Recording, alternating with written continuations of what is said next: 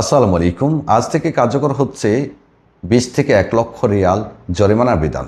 Police চাইলে আজ থেকে আপনাকে 20,000 থেকে 1 লক্ষ রিয়ালের জরিমানা দিতে পারবে, আপনার হাতের চাপ নিতে পারবে।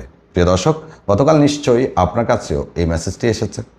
এখানে 3 ধরনের লঙ্ঘনের কথা উল্লেখ করা হয়েছে।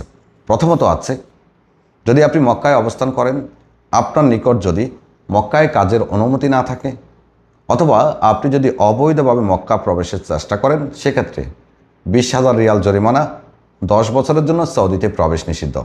2 নম্বর মেসেজটি খুবই সেন্সিটিভ। আপনি যদি হাজিদের জন্য নির্ধারিত যে স্থানগুলো আছে, গুরুত্বপূর্ণ স্থান আরাফাত, মুজদালিফা, মিনা এবং জামারাত, এই অঞ্চলগুলোর ভিতরে অবস্থান করেন, ওই অঞ্চলগুলোতে আপনি হজের সময় অবস্থান করার জন্য আলাদা অনুমতি লাগবে। বেশ কিছু অনুমতির প্রয়োজন হয়।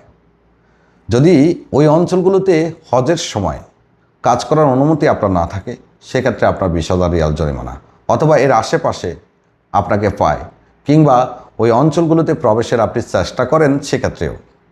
দর্শক, খেয়াল রাখবেন, 3 জিলহাজ থেকে আরাফাত, মুজদালিফা, মিনা এই অঞ্চলগুলোতে প্রবেশের উপরে নিষেধাজ্ঞা আসে।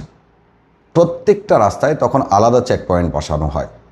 ওই অঞ্চলগুলোতে 3 জিলহাজের পরে বা এর আগেও হয়তো হতে পারে এই বছর, আপনি যদি ওই সময়গুলোতে কাজ করতে চান, তার জন্য আলাদা একটা কার্ড প্রয়োজন হবে, যেটি হজ মন্ত্রণালয় থেকে ইস্যু করে দিবে। আর এই জন্য আপনাকে যেটি করতে হবে, আপনি যে মোতওয়াফের সাথে কাজ করছেন, যে হজ অফিসের সাথে কাজ করছেন, তারা সেটা করে দিবে। আপনার শুধু তাসরিয়া থাকলেই যে আপনি মিনা, মুজদালিফা, আরাফাতের ভিতরে কাজ করতে পারবেন না, এবং এর আশেপাশে গেলেও কিন্তু হজের সময়গুলোতে, যেমন 6, 7, 8, 9 এই জিলহাজ তারিখগুলোতে আপনাকে ওখানে পেলে ঝামেলা করতে পারে। খেয়াল রাখবেন, কেমন? অথবা এর পরেও করতে পারে, গ্যারান্টি দেওয়া যায় না, এর আগেও করতে পারে, পুলিশের ইচ্ছার উপরে ডিপেন্ড করবে। আর চাইলে জরিমানা তো দিতেই পারবে।